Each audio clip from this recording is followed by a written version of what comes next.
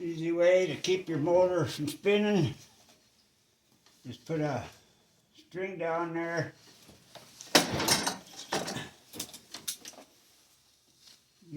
Down there.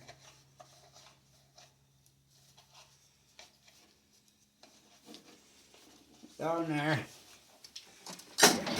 Then it won't spin anymore. See? Good idea, so you don't have to. When you're done, just turn your motor backwards. Pull the string out.